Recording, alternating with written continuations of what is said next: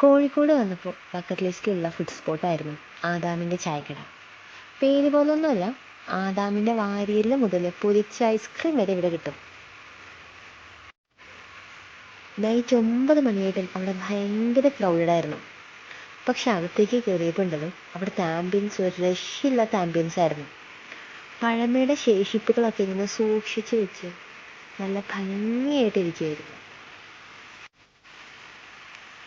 Tape റിക്കാർഡും type റൈറ്ററും ഒക്കെ ആദ്യമായിട്ട് കാണുന്ന അവിടെ ഇരുന്നിട്ട് ഇതൊക്കെ തൊട്ട് നോക്കി നിന്നു. ദേ ഒരു ഫോട്ടോയും എടുത്തതിൻ്റെ കേട്ടോ. എവിടെ നോക്കിയാലും വിൻറ്റേജ് ലുക്ക്.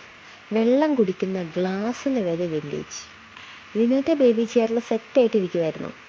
അവിടെ ആണെങ്കിൽ വ്ളോഗ് എടുക്കുന്ന തിരക്കിലായിരുന്നു.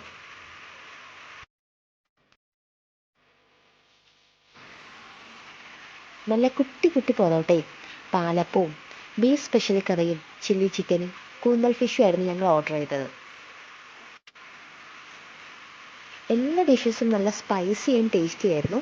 ഒരുപാട് പ്രത്യേകതകളോ അങ്ങനെയൊന്നും പറയാനില്ല എന്നുണ്ടെങ്കിലും ആ ഒരു ആംബിയൻസിൽ ഇരുന്ന് നമ്മൾ കഴിക്കുന്നത് ഒരു എക്സ്പീരിയൻസ് ആയിരുന്നു.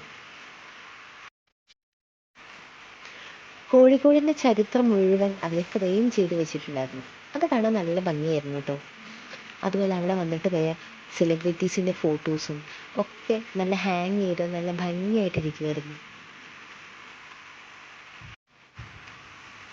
എന്തായാലും കോഴിക്കോട് വരുമ്പോൾ നല്ല വിൻറ്റേജ് ആംബിയൻസിൽ ഫുഡ് കഴിക്കാൻ പറ്റിയ സ്പോട്ടാട്ടോ ആദാമിൻ്റെ ചായക്കട.